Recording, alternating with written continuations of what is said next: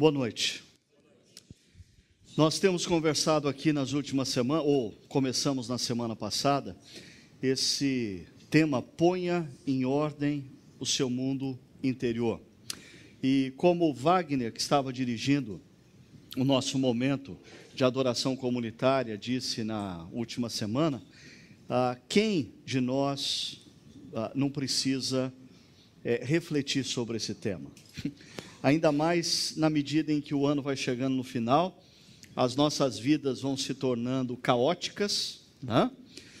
E em meio ao caos exterior, o mínimo que nós podemos fazer é buscar a ordem interior, porque senão o caos exterior invade o nosso interior e aí sim a coisa fica feia, terrível. Então, nós temos conversado um pouco sobre esse tema: como colocar ordem no nosso mundo interior. Será que isso é possível no mundo em que nós vivemos? Porque, como a gente falou semana passada, nós vivemos num mundo em que a quantidade e intensidade das demandas que envolvem nossas vidas tem nos conduzido a sentimentos crônicos de preocupação, angústia e ansiedade. São excessivas atividades simultâneas. Um profissional nos dias de hoje, ele precisa ser multitarefa. Ele precisa fazer várias coisas ao mesmo tempo. E se não bastasse isso, ele precisa lidar com algumas pendências das tarefas anteriores e começar a se preparar e planejar as tarefas seguintes. Ninguém dá conta disso. Os meios de comunicação tornaram as demandas simplesmente desumanas. As pessoas podem alcançar você a qualquer momento, em qualquer lugar, pelo telefone, pelo celular, pelo e-mail, e mesmo que você não esteja disponível, as pessoas vão jogando e-mails na sua caixa postal. E eu não sei se você já percebeu a lógica do e-mail. A partir do momento que ela mandou e-mail para você, a responsabilidade é tua. E como dar conta disso? O mundo corporativo tem partido do pressuposto que os funcionários, os profissionais, eles são onipotentes, eles são onipresentes, eles são oniscientes. Tem alguma coisa de errado nesse negócio. Se não bastasse esse mundo que demanda inúmeras atividades simultâneas, nós vivemos num mundo onde o sistema está instável e nós não temos como controlar o que acontece no mundo exterior. A partir do momento que você compreende o que aconteceu em Gênesis capítulo 3, quando seres humanos se desconectaram, os nossos primeiros pais se desconectaram com Deus Criador, todo o sistema se tornou instável. O nosso sistema biológico está instável. O câncer emerge. O nosso sistema ecológico está instável. Tsunamis, terremotos, tempestades acontecem. O nosso sistema social está instável. A violência urbana está em todas as esquinas. Pessoas se agridem. Dentro das empresas existem conflitos. Pessoas não conseguem se entender. Por quê? Porque nós vivemos num mundo instável. E aí, se não bastasse as inúmeras demandas que nós temos que dar conta, constantemente emergem coisas inesperadas. Por exemplo, seu time perde mais uma e corre risco de rebaixamento. E você tem que administrar o sorriso de corintiano que vem até com a camisa do Corinthians na igreja agora. É um mundo caído esse, né? Assim, o sistema está efetivamente instável, inclusive meu time. Né? Então, eu sugeri para vocês, na semana passada, que o primeiro passo para nós caminharmos na direção da ordem interior seria esse: resgate o tempo com Deus. No entanto, Quando eu falei sobre isso, eu deixei claro, eu não estava falando do que a maioria dos cristãos mais antigos logo pensaram. Eu não estava falando de um tempo devocional diário que envolve 15, 30, 60 minutos. Disso eu vou começar a falar hoje. Isso é uma prática muito importante, mas eu não estava falando dessa prática na última semana. Na última semana eu estava falando de algo mais abrangente. Trata-se de você resgatar um estilo de vida no qual você tenha plena consciência da presença de Deus na sua história e da realidade que Deus está a todo tempo, trabalhando em você, por você e através de você. Algum tempo atrás nós conversamos aqui sobre duas palavras gregas para tempo, cronos e kairos. Cronos é o nosso tempo, a nossa história, a nossa agenda.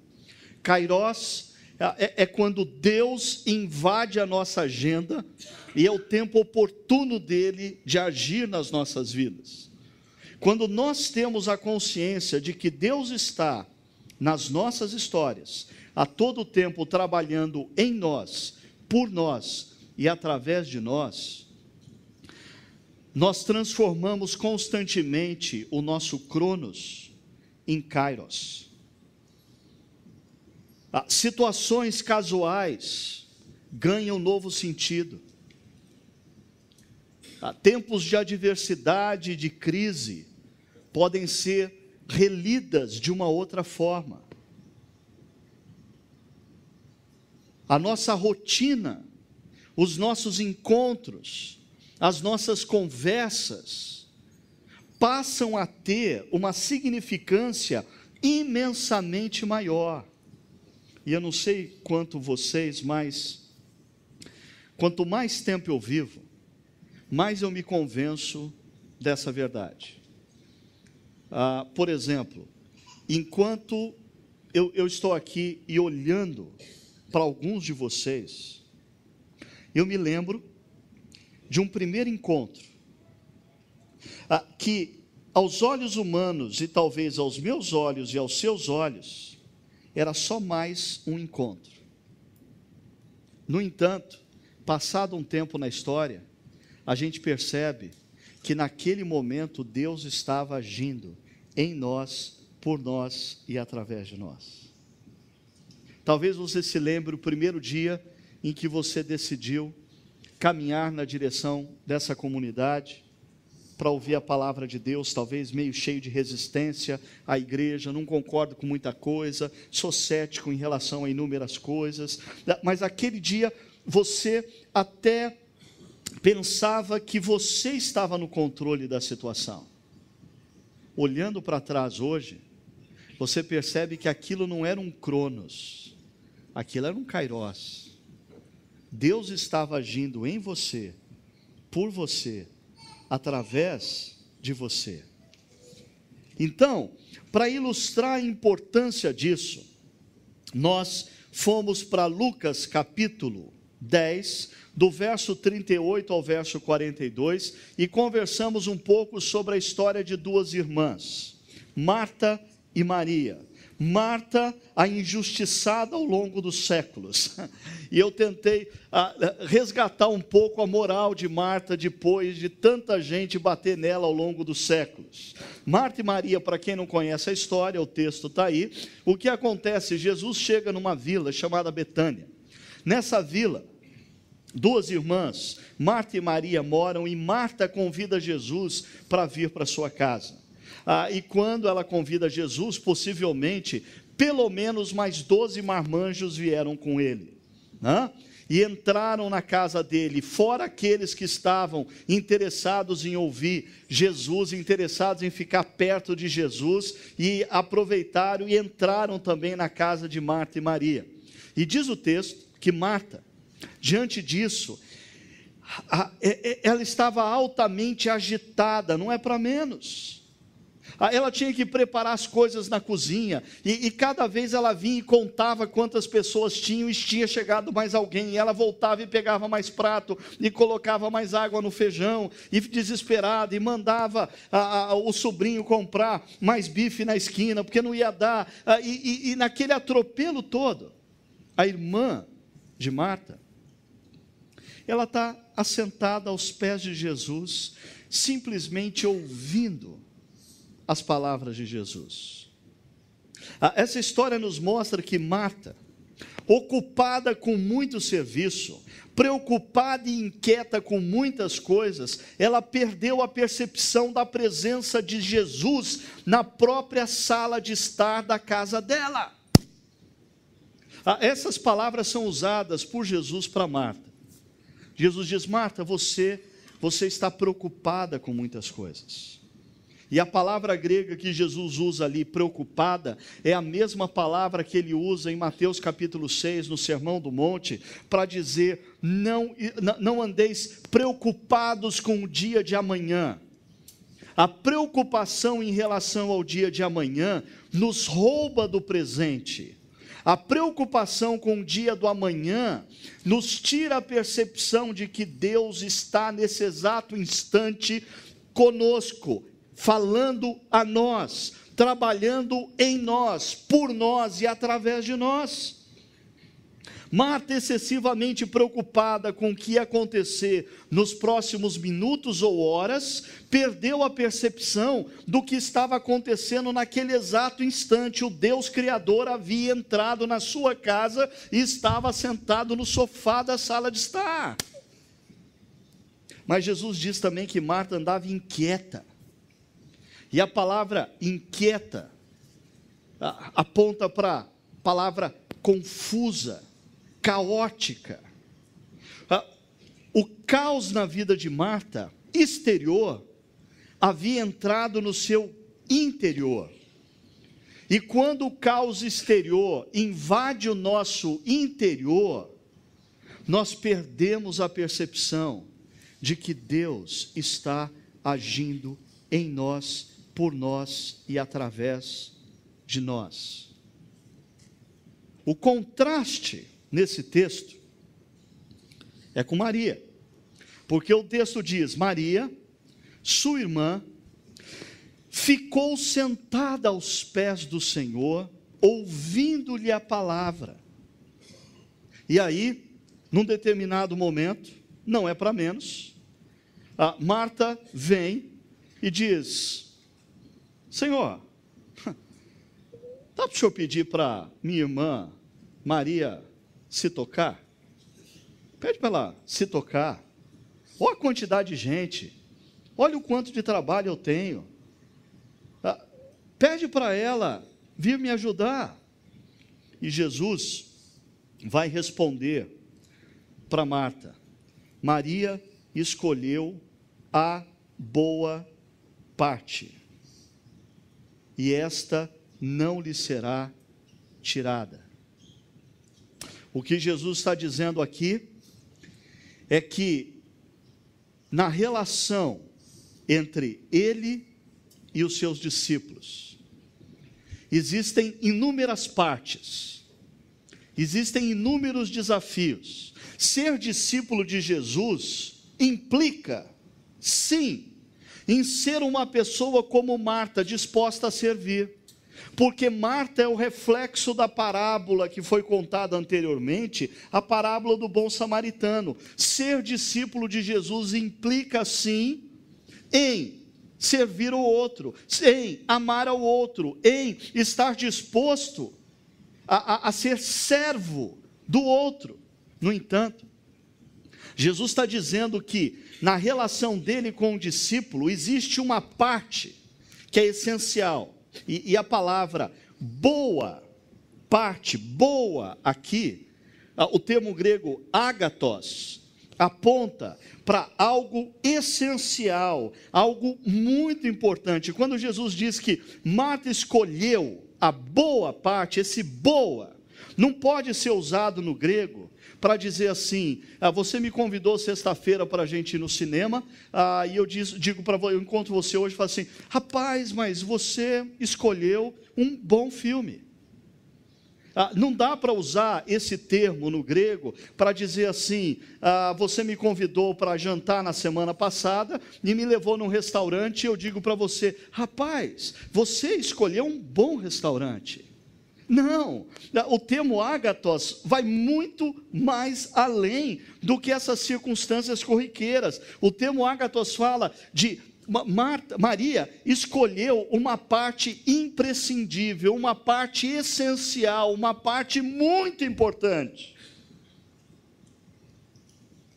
Então, eu procurei deixar claro semana passada, ou sugerir para vocês, que nesse texto Jesus não desafia Marta a se tornar Maria, porque isso seria incoerente à luz de inúmeras outras histórias bíblicas. Inúmeros outros personagens bíblicos têm uma vida dinâmica, uma vida assertiva, uma vida empreendedora, e Deus usa essas pessoas. O problema de Jesus não é com o fato de Marta ser assertiva, ser empreendedora, estar sempre disponível ao serviço. O problema de Jesus é que uma pessoa assim facilmente se esquece da parte mais fundamental do discipulado. Pessoas assim facilmente abandonam ou deixam de comprar e de ter a parte fundamental do discipulado. Jesus então está dizendo, Ele quer que Marta resgate sim a consciência e a sensibilidade acerca da presença de Deus em sua vida. Jesus quer que Marta abra os olhos e perceba que o Deus Criador entrou na sua casa e está no sofá da sala de estar. E se ela ganhar consciência disso, sabe o que ela faz?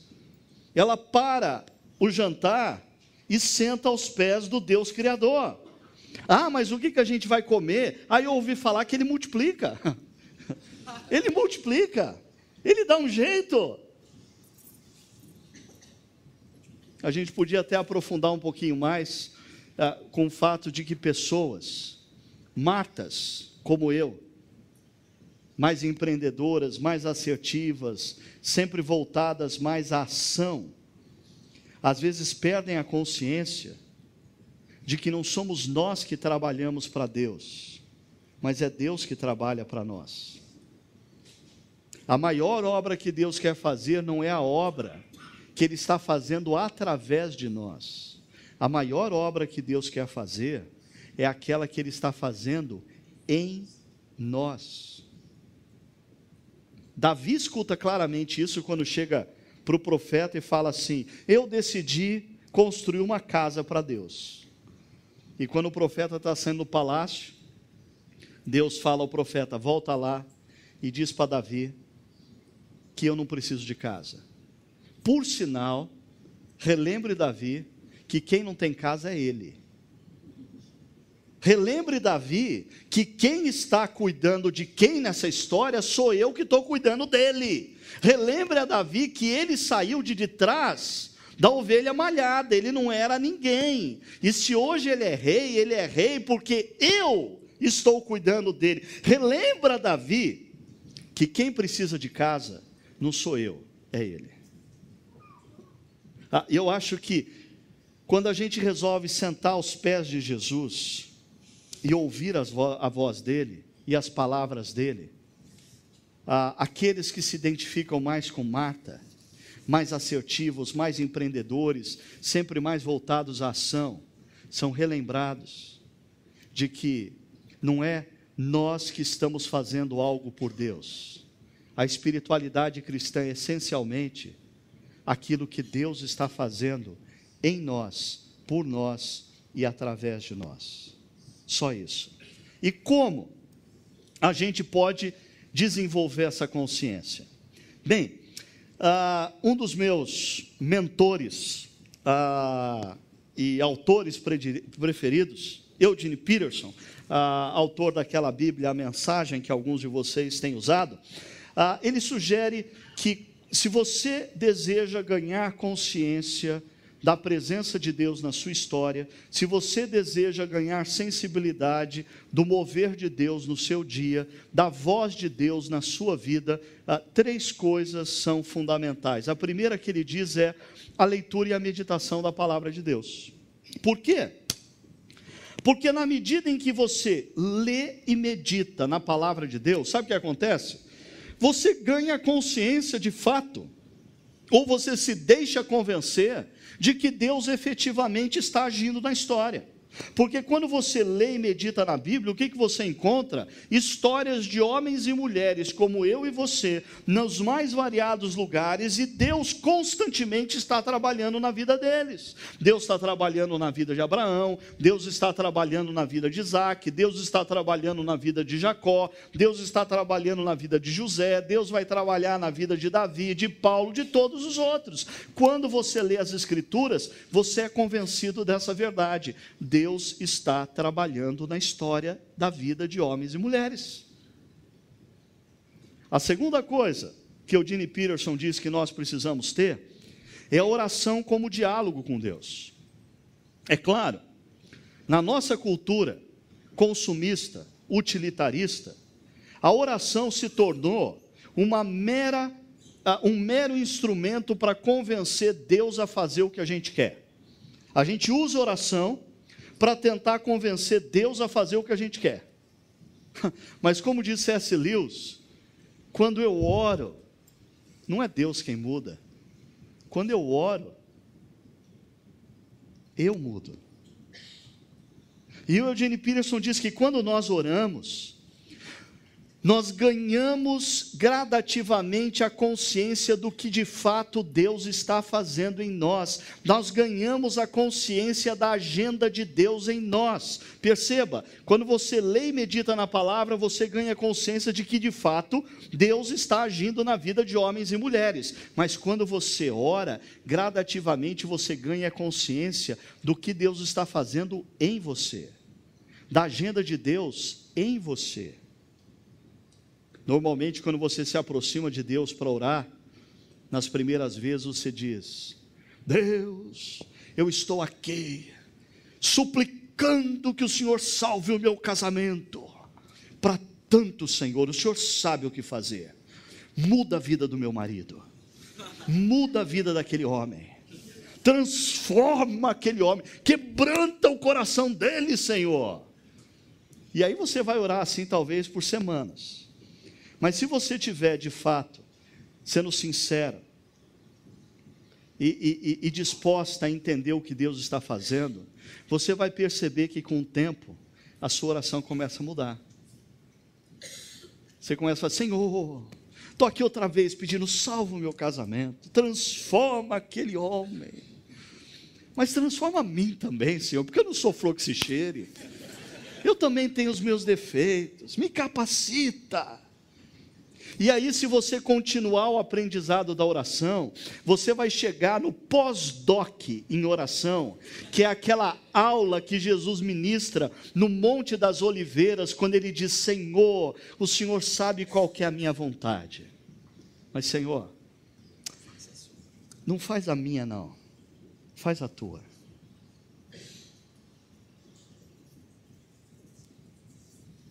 Percebe? Mas tem mais uma coisa. O Eugene Peterson diz que é fundamental para você ganhar a consciência da presença de Deus e entender o mover de Deus na sua vida também, que você tenha a orientação espiritual, que você tenha pastores, efetivamente pastores, mentores, homens e mulheres que são efetivamente maduros, que são mais experientes na arte de entender e perceber Deus nas histórias, para nos ajudar muitas vezes a discernir os rumores da nossa alma com a voz de Deus, porque muitas vezes as coisas se confundem, e a gente começa a achar que os rumores da nossa alma é o que Deus está falando, e assim como Samuel precisou aprender a ouvir e a perceber Deus, nós precisamos sim de homens e mulheres mais experientes, altamente comprometidos na vida com Deus,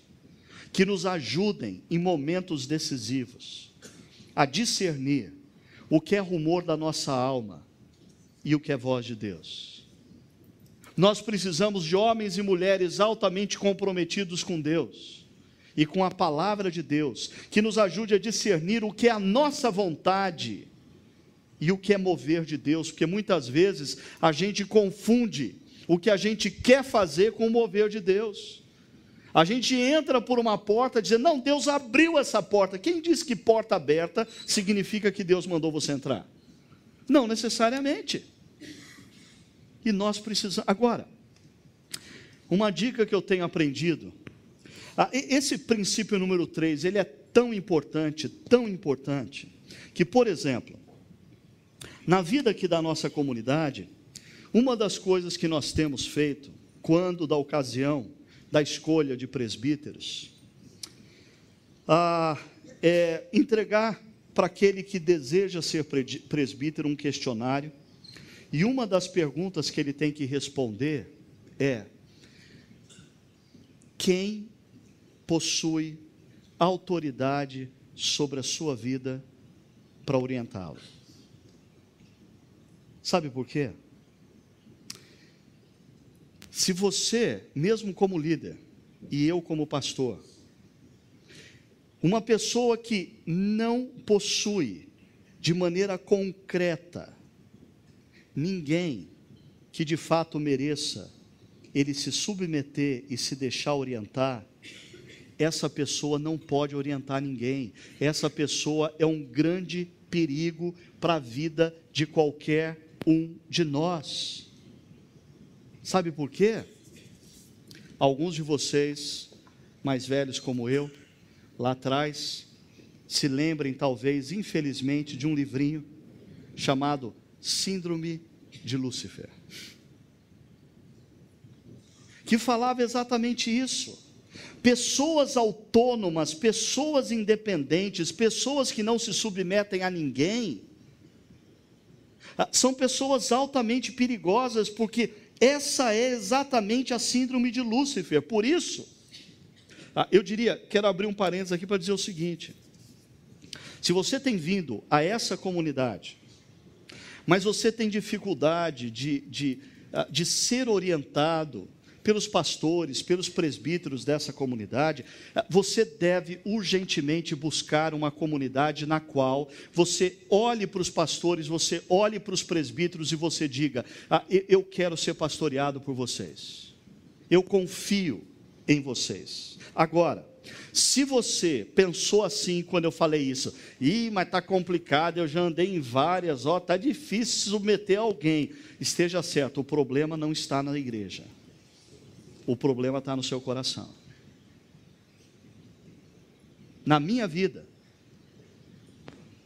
esse é um princípio que eu carrego há anos, de ter constantemente algumas pessoas a quem eu me submeto, e eu nunca me arrependi disso. Nos momentos mais complexos, nos momentos mais decisivos, diante de situações mais críticas, a quem eu recorro, porque nesses momentos complexos, críticos, muitas vezes começa a ficar difícil a gente perceber o que é rumor da nossa alma e o que é a vontade de Deus. E aí entra a importância da orientação espiritual. Pense nessas 3 coisas. Você quer se tornar mais sensível para o mover de Deus? Você quer se tornar mais atento à voz de Deus? Dedique-se mais à leitura e à meditação na palavra. Dedique-se mais à oração. E tenha pessoas chaves como mentores da sua vida, para ajudar você a discernir entre rumores da alma e voz de Deus no seu coração. Hoje, eu quero me restringir aqui a leitura e meditação na palavra de Deus. Se no último domingo o meu desafio para você foi: resgate a consciência de que Deus está a todo tempo trabalhando em você, por você e através de você, hoje o meu desafio é o seguinte: eu quero que você saia daqui hoje decidido a resgatar o tempo de leitura e meditação da palavra de Deus na sua vida. E esse resgate passa por algumas coisas. Então, esse resgate do tempo com a palavra de Deus, em primeiro lugar, é uma opção baseada no fator prioridade. Por que eu estou dizendo isso? Se você pegar o texto de Lucas 10, verso 49, o texto diz: Maria escolheu. O que significa isso? Maria optou. Naquele exato momento, como Marta aponta, Maria tinha diversas outras coisas para fazer, mas Maria fez uma opção. Você já percebeu que todos nós recebemos diariamente de Deus a mesma porção de tempo? Você já notou isso? Você já notou que Deus dá a mim 24 horas por dia e Deus dá a você a mesma porção? Eu espero que sim, porque se Deus está dando mais para você, eu vou ficar muito doido com Ele. Eu também quero, né? O que nos diferencia não é o tempo que nós temos. O que nos diferencia são as escolhas que fazemos de como usar o tempo. E as escolhas estão no seu poder.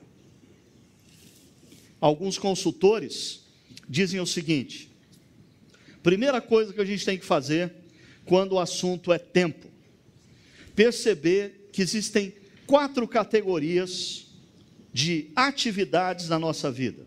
Se você perceber, se você notar aquele gráfico, existem atividades, no primeiro quadrante ali mais na base, existem atividades que são essenciais, intransferíveis, certo? Existem aquelas que, elas são, por exemplo, dentro da sua descrição de trabalho na empresa, elas são essenciais.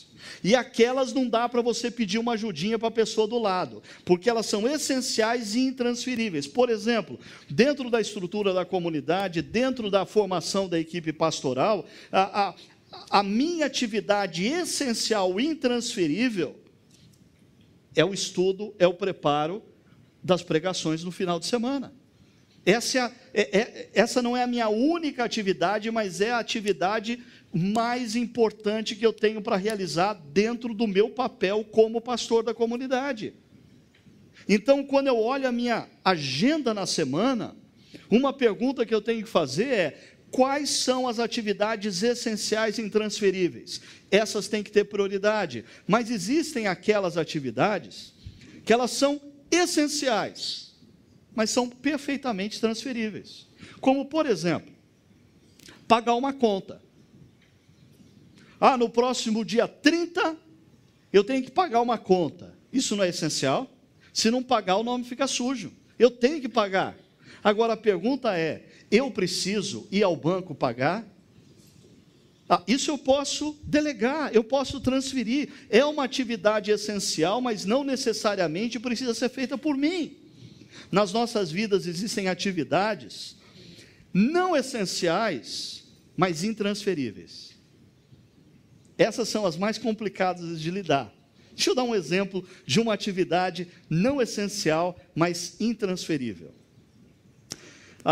O teu sobrinho distante, que você o vê quando muito, uma vez por ano, mandou o convite para a sua casa da formatura dele em engenharia. E a sua irmã ligou dizendo: para mim vai ser muito importante a sua presença na formatura. Pergunta: cá entre nós, assistir formatura para você é atividade essencial? Para mim, não. No entanto, dá para você transferir um convite desse? Não é essencial, mas é intransferível. Eu só posso abrir mão desse compromisso, dessa atividade, se ela colidir com outra que é essencial e intransferível. Aí eu tenho como dizer: querida irmã, eu queria muito, você nem sabe o quanto eu desejava participar daquela formatura. Por sinal, eu adoro formaturas. Mas olha, eu abri minha agenda, justamente naquele sábado eu preciso estar numa conferência lá na Alemanha. Não vai dar. Ok, então você está liberado. Existem atividades não essenciais e transferíveis.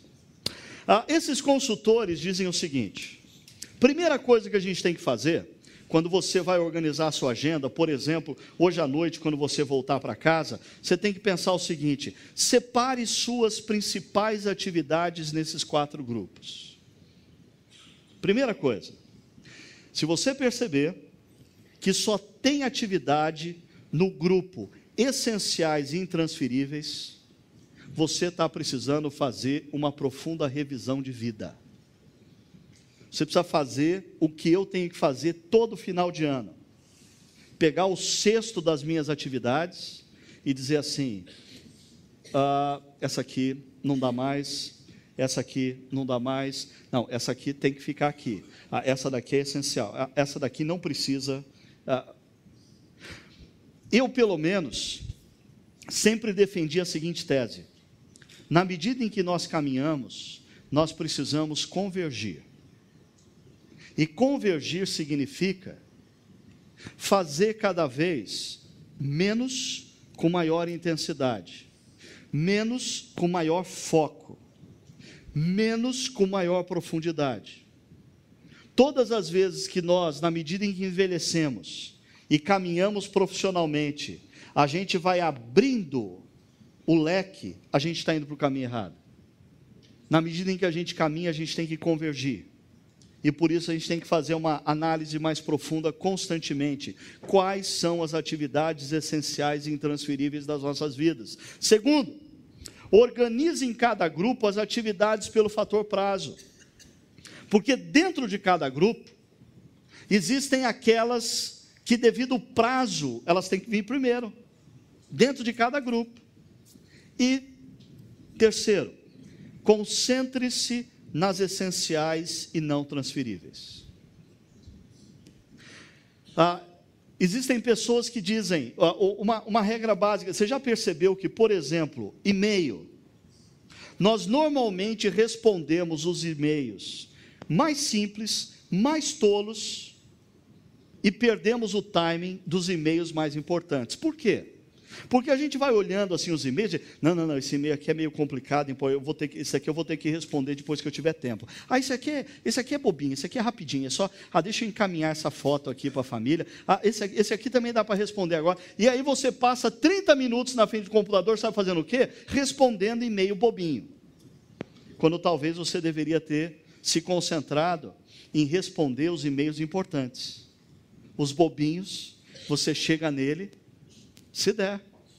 É o que diz C.S. Lewis, num contexto maior. Ele diz: põe as primeiras coisas em primeiro lugar e teremos as segundas a seguir. Mas põe as segundas coisas em primeiro lugar e perderemos ambas. E não é uma verdade? Mas você está achando que eu estou dando aqui aula sobre consultoria de agenda e tempo. E eu não estou. Eu fiz tudo isso para fazer 2 perguntas para você nesse momento. Se eu tivesse parado agora e dito assim: vamos fazer um exercício, por favor, distribua folhas de papel aí, escreva aí quais são as suas atividades essenciais, não transferíveis, essenciais, transferíveis, organiza aí e descreve as suas atividades. A primeira pergunta que eu queria fazer para vocês é: a leitura e a meditação na palavra se encontram em nossa lista? Verdade.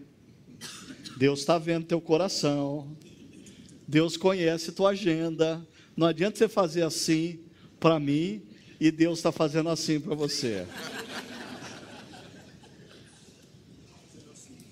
Ok. Vamos dizer que esteja. Porque tem gente que diz: sim, não, está.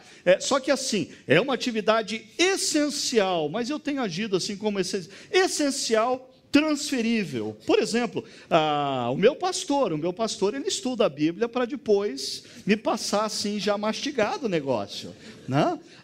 Minha esposa ora por ela, pelos filhos, por mim. Minha esposa, ela ora 3 horas por dia, ela compensa o que eu não oro.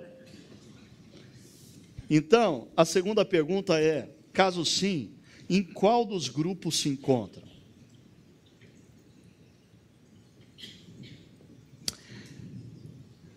Olha para o salmista que escreve o Salmo 19 e responda para mim no final, em qual grupo de atividades a leitura e a meditação na palavra serve para ele. Olha o que diz, ele diz, a lei do Senhor é perfeita e revigora a alma. Ele está dizendo que às vezes a alma dele está abatida, às vezes ele está se sentindo deprimido, às vezes a alma dele está cansada, e ele senta na poltrona e começa a ler a palavra e meditar na palavra, e sabe o que acontece? Na medida em que a palavra vai entrando na sua mente e no seu coração, ele vai percebendo a sua alma sendo revigorada, a sua alma cansada sendo restaurada. Ele continua dizendo, os testemunhos do Senhor são dignos de confiança e tornam sábios os inexperientes. Sabe o que o salmista está dizendo? Que um jovem inexperiente, mas que lê a palavra e medita na palavra, toma decisões sábias, a ponto dos mais velhos falar, uau, de onde esse jovem tirou essa sabedoria? A leitura e a meditação da palavra de Deus nos traz sabedoria. Ele continua dizendo, os preceitos do Senhor são justos, e dão alegria ao coração. Não sei se você já teve a experiência de estar triste,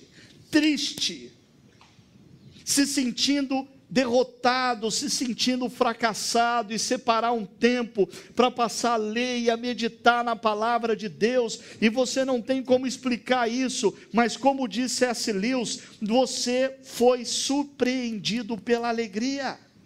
De repente a alegria brota no seu coração.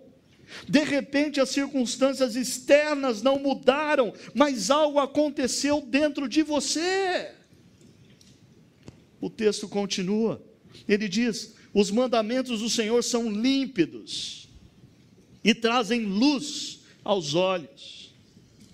Você já dirigiu numa estrada de terra, com curvas, à noite, com o farol do carro quebrado, em noite sem lua,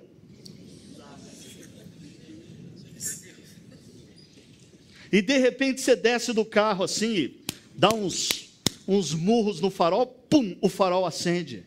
Qual é a sua alegria quando você consegue enxergar o caminho? Sabe o que o texto está dizendo? Na medida em que a gente lê e medita na palavra de Deus, a palavra de Deus ilumina os nossos olhos para nós enxergarmos os buracos, as bifurcações, as armadilhas e o caminho.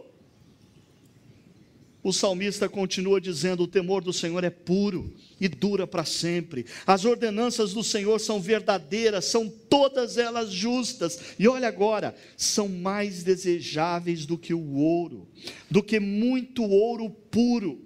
São mais doces do que o mel, do que as gotas do favo. Por elas, o teu servo é advertido. Ele está dizendo que a palavra de Deus, a leitura e a meditação na palavra, é mais preciosa do que o ouro puro, é mais doce do que um mel. Mas ele está dizendo, isso não significa que eu fico lendo caixinha de promessa, né? Caixinha de promessa só tem texto bom, né?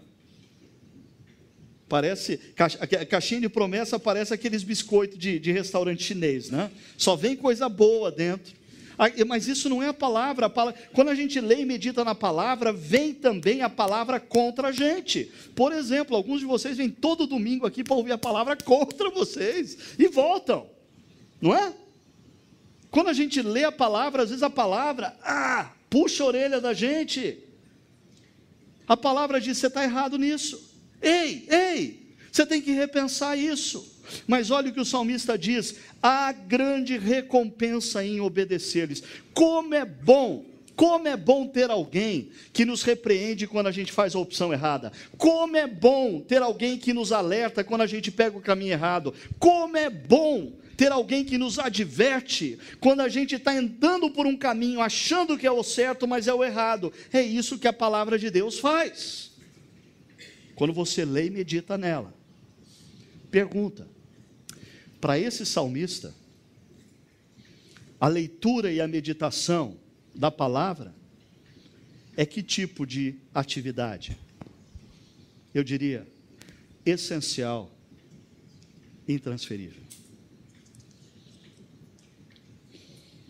Isso me faz lembrar, essa série de mensagens, o título dela está baseado num livro dos anos 80, Põe em Ordem o Seu Mundo Interior. Não está baseada no texto do livro, mas está baseado no tema do livro. Mas eu li esse livro no passado, e eu lembro de uma história, que quando eu ouvi pela primeira vez, até me chocou. Deixa eu contar. O autor conta que numa manhã, pouco antes das 7 horas da manhã, uma pessoa liga para a casa dele, e diz: ai pastor, eu preciso conversar urgente com o senhor. Ele diz: por quê? Porque o meu casamento está acabando. Ele disse: peraí, deixa eu entender. O seu casamento começou a acabar 5 minutos atrás? A pessoa diz: não, meu casamento está acabando nos últimos 2, 3 anos. Por isso eu preciso conversar urgente com o senhor. Ele: peraí, mas está acabando há 2, 3 anos, porque você quer conversar urgente comigo agora? Pastor, o negócio é o seguinte, o senhor pode ou não pode conversar comigo agora? Ele disse: não posso. Como não pode? Ele falou: eu tenho um compromisso agora. Tem um compromisso mais importante do que esse, conversar comigo? Ele falou: tem. Ele disse: se você quiser se encontrar comigo por volta das 8:30 da manhã, eu vou ter todo o prazer em te ouvir, orar por você, mas nesse momento eu não posso te atender. A pessoa falou: ok. Mas, passado 1h30, a pessoa já estava mais preocupada com qual era o compromisso que o pastor não podia adiar do que com a crise conjugal dela. Então, quando sentou na frente do pastor, eu falei: pastor, mas que compromisso o senhor tinha, que o senhor não podia jogar para cima e me atender? Ele disse: era o meu tempo com Deus. Esse é um tempo essencial e intransferível. Eu não vou te abençoar num aconselhamento se eu não tive tempo para ouvir Deus falando a minha vida. Eu não tenho nada para te dizer, por sinal, se eu não tenho ouvido a voz de Deus em mim. Para esse pastor, essa era uma atividade essencial e intransferível. Mas uma segunda coisa, é que essa é uma atividade, o resgate do tempo com a palavra, ela é uma opção com efeitos duradouros, porque Jesus diz para Marta acerca da escolha de Maria: olha, ela fez essa escolha, ela fez a escolha da boa parte, e isso não vai ser tirado dela. E aqui a gente tem um problema gramatical e interpretativo, porque a maioria de nós diz assim: bom, Jesus está dizendo para Marta o seguinte: olha, Maria escolheu sentar aos meus pés, Maria escolheu ficar me ouvindo, e eu não vou tirar isso dela nesse instante. Só que existe um problema aqui: o verbo está no futuro. Jesus está dizendo: isso que ela está fazendo agora, ouvir atentamente as minhas palavras, não será tirado dela.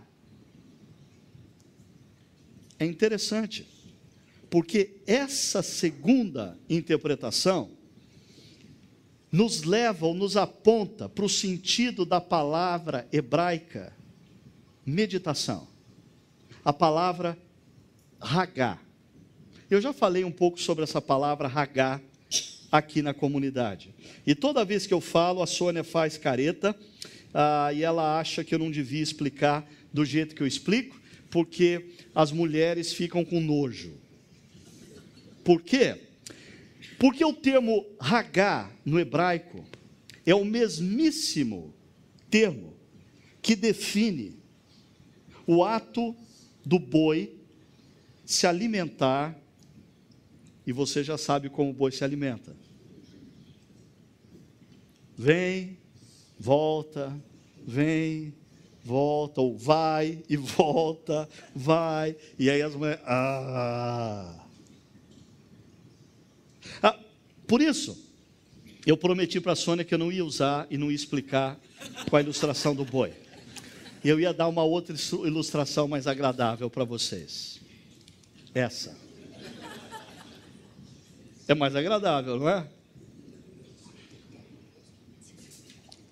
O Eugene Peterson, lendo um texto do profeta Isaías que diz que o leão tem prazer em ter na sua boca os ossos da sua presa, ele aponta que o mesmo termo ali é Hagá. E aí ele nos convida a uma outra ilustração. Ele diz: todo mundo que já teve cachorro ou tem cachorro, sabe o quanto cachorros gostam de osso. Quando você dá um osso para um cachorro, pelo menos a minha cadela, a primeira reação dela é querer brincar com a gente com o osso. Ela quer que a gente vá para cima e tente pegar o osso, ela sai correndo para um lado, mas ela volta, provoca, e você vai pegar, e ela sai para o outro lado. Aí, depois que ela fez a festa e contou para todo mundo que ela tem um osso, ela vai para um canto, deita e fica ali por horas, roendo o osso. Sabe o que ela está fazendo? Hagá.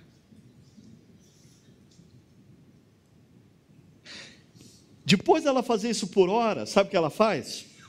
Ela esconde o osso. E a Sônia adora quando ela resolve cavar buraco no jardim. Não? E por que ela esconde o osso? Porque aquilo é tão precioso para ela, que ela não quer que um outro cachorro encontre. Ou você encontre. Certo? Porque o osso é dela. Mas uma segunda coisa, ela esconde porque ela pretende voltar várias vezes para aquele osso. Ela vai voltar. Ela volta e rói por horas, esconde, sai fazer o que ela tem que fazer, mais tarde ela volta, rói. Sabe o que é isso? É o efeito do Hagá, quando nós lemos a palavra de Deus e meditamos na palavra de Deus com sensibilidade de coração e profunda atenção de mente. Quando você faz isso, você faz descobertas. E quando você faz descobertas, e as descobertas elas não precisam ser teológicas. Às vezes você está lendo um texto bíblico, meditando numa história e pensando, o que isso tem a ver com a minha vida, Senhor? E você está lendo e de repente um verso bíblico salta aos seus olhos. Uma frase impacta o teu coração.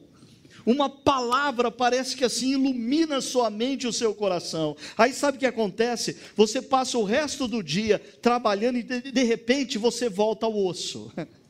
A sua descoberta, você volta à sua descoberta, e aí você está vivendo uma situação lá no emprego, e você volta ao osso, e aí você está conversando com um amigo no dia seguinte, e ele conta uma situação que ele está vivendo, e você fala, essa situação que ele está vivendo tem exatamente a ver com o que eu estava lendo. Você volta ao osso, e você passa a voltar ao osso várias vezes. Você percebe a relação que um líder cristão tem com a palavra, quando você conversa com ele, e ele traz a conversa, naturalmente,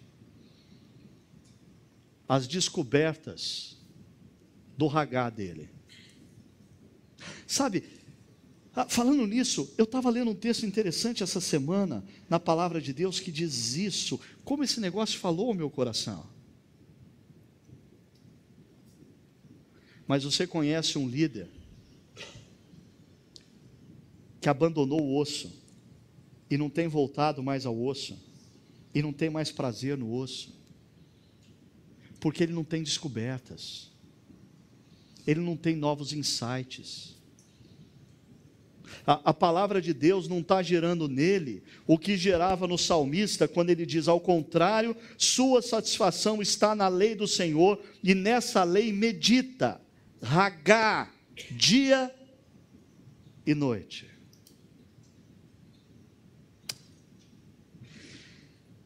Eu fiquei pensando, enquanto eu estava preparando essa mensagem, por quê? Porque essa semana foi típica. Tem uma pessoa que chegou na nossa comunidade recentemente, foi impactada pelo Evangelho, está devorando tudo, foi batizado no meio do ano. Na quinta-feira, nós tínhamos um encontro aqui do Projeto Timóteo para pastores. Esse sujeito estava aqui do lado de uma outra pessoa. Eu falei: meu Deus, ele é novo na caminhada cristã, e ele está no meio dos pastores, e eu vou falar para esses pastores aqui de um negócio meio complicado. E ele trouxe um visitante.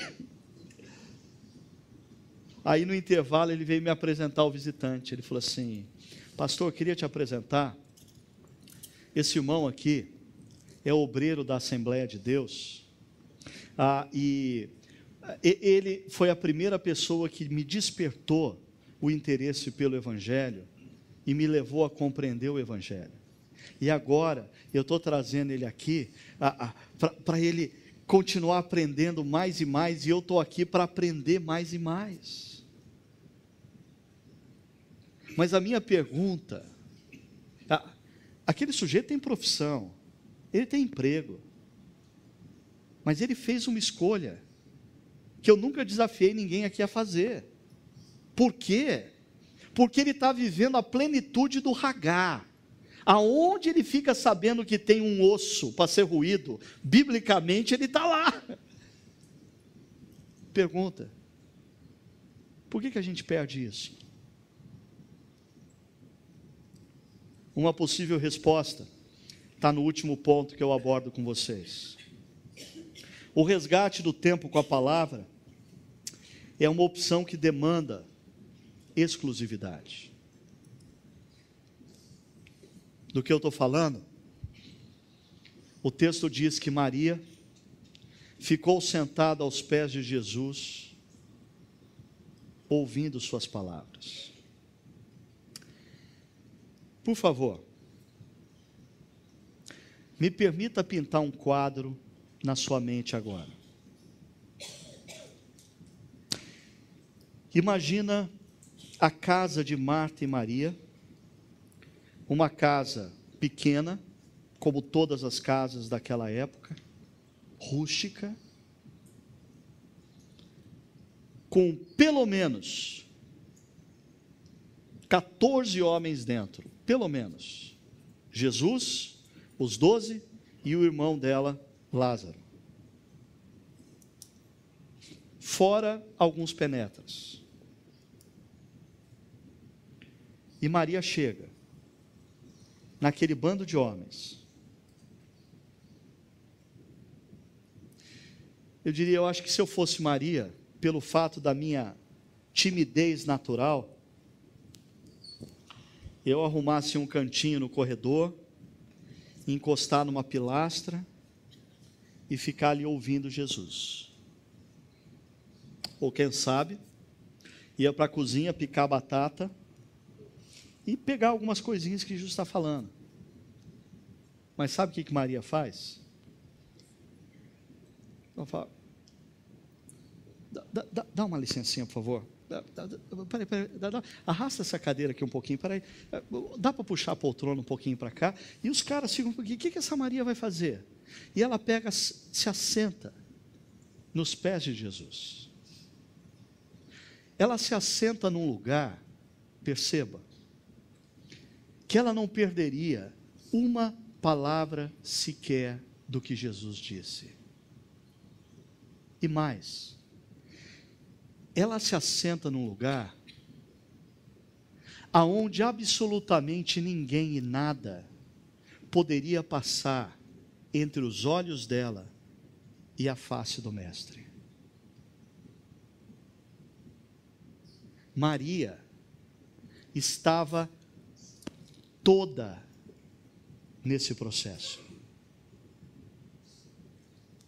Eu não consigo imaginar Maria aos pés de Jesus, ouvindo Jesus com o ouvido e tendo no outro um fone do iPod que está ligado. Eu não consigo enxergar Maria aos pés de Jesus respondendo um texto no celular. Eu estou ouvindo. Eu não consigo enxergar Maria nem mesmo aos pés de Jesus tricotando.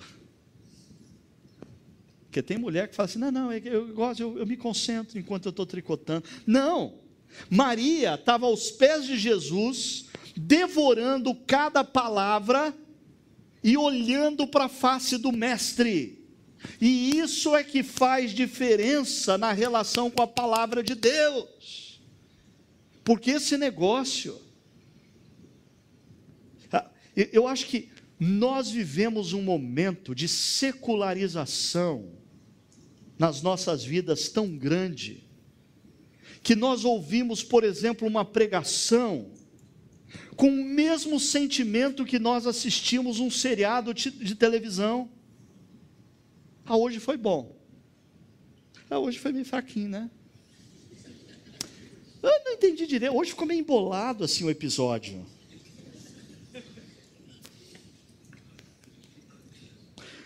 Quando nós ouvimos falar que no meio da semana existem grupos pequenos para estudar a Bíblia, a gente não dá nem bola.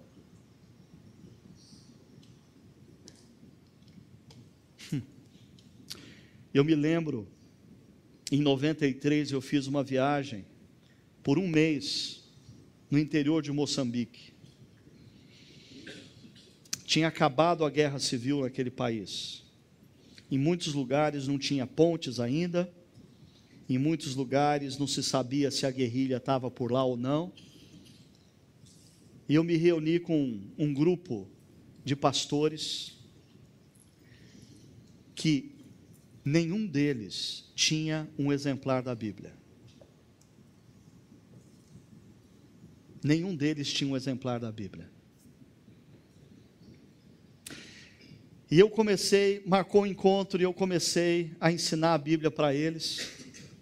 Aí, devido à subnutrição, eles começam a ouvir, começam a cochilar. E eu pensei comigo, eles não estão nem aí para o que está acontecendo. E a pessoa que estava organizando o encontro falou, não, continua, eles querem sim. Eu falei, bom, tá bom, ok. E aí, chegou no final do dia, eu continuava ensinando, e começou a escurecer. E não tinha luz no lugar que a gente estava. E eu disse, será que não é melhor a gente parar? Amanhã a gente volta? Um deles disse, pastor, nós estamos esperando para aprender a palavra de Deus há tantos anos, porque a gente não está conseguindo enxergar a sua cara, vai ser empecilho para a gente parar? Isso depois do dia inteiro, o dia inteiro.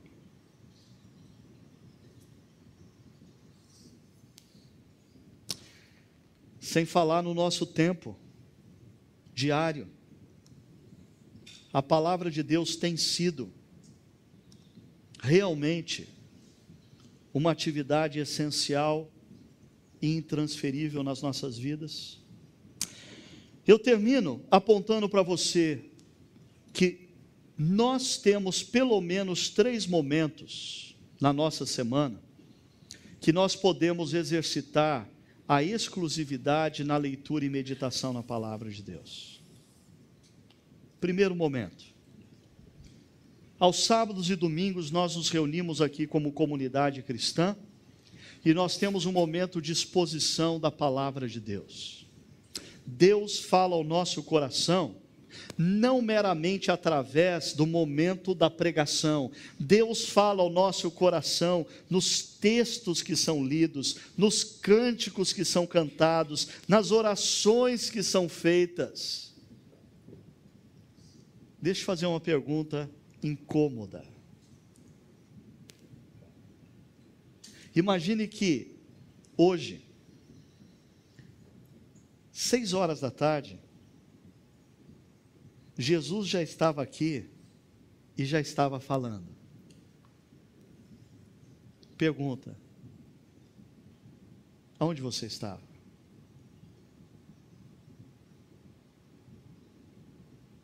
Maria estava aos pés de Jesus.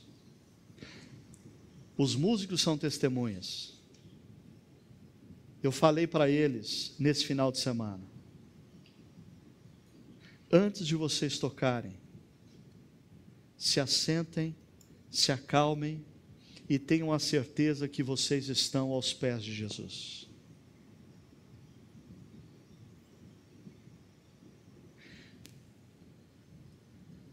Nós temos perdido a expectativa acerca desse momento. Nós caminhamos para esse momento como um evento, não como um encontro. Um segundo momento, os grupos pequenos que funcionam de terça a quinta na nossa comunidade. Se esse é um momento em que você não tem tempo para participar porque a palavra é exposta, nos grupos pequenos a palavra é compartilhada. E sabe o que acontece daí? Cada um traz a sua experiência com o osso. Isso é bárbaro. Porque cada um vem e conta como Deus falou ao coração, e aí você tem, parece que vai acendendo luzes em lugares diferentes, e não tem como a palavra de Deus não alcançar você também. Mas tem um outro momento precioso, o momento da devoção, um momento em que o osso é só seu, para você degustar, para você ler, para você meditar. E dica: esse momento não é um momento para você buscar informação na palavra de Deus.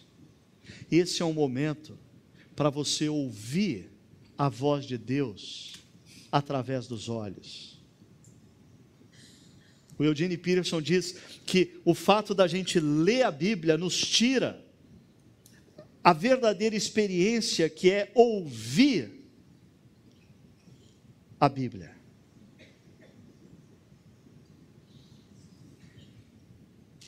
Eu tenho uma prática. As minhas pregações, elas não são construídas a partir do meu momento pessoal de roer o osso.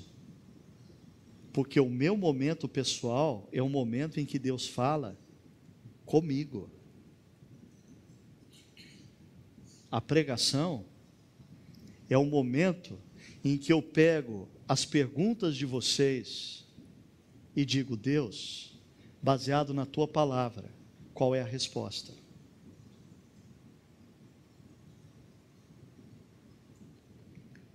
Como você tem lidado nesses 3 momentos?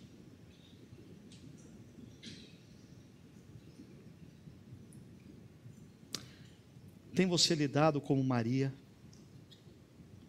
sentado bem pertinho, para não perder uma palavra e não deixar ninguém passar entre os seus olhos e a face do Mestre?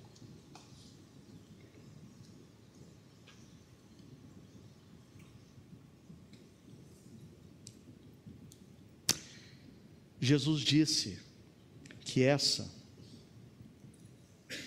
é a boa parte que essa é a parte essencial para um discípulo. E eu diria, por ser a parte essencial para um discípulo, é a parte essencial para colocar ordem no nosso mundo interior. Porque desde Gênesis 1, quando Deus fala, o caos se dissipa. Os profetas estão olhando o mundo exterior caótico. E aí, existe uma expressão nos livros proféticos que muda tudo. Eles estão descrevendo o mundo exterior caótico e de repente eles dizem: e veio a mim a palavra do Senhor. Quando a palavra de Deus vem, pode existir caos exterior, mas o mundo interior é reorganizado. Resgate o valor da palavra na sua vida hoje. Que tal você fechar os seus olhos e nesse momento ter um tempo de oração com Deus, aos pés de Jesus? Quero desafiar você, aos pés de Jesus,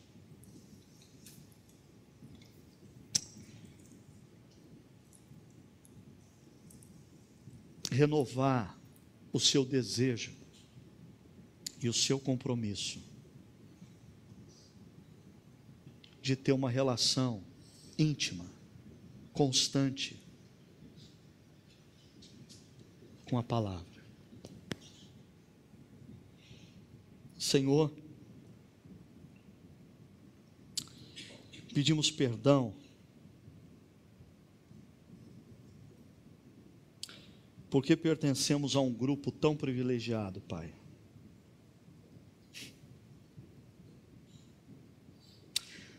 Pertencemos a um grupo que vive um momento histórico, onde existem Bíblias disponíveis em todos os lugares,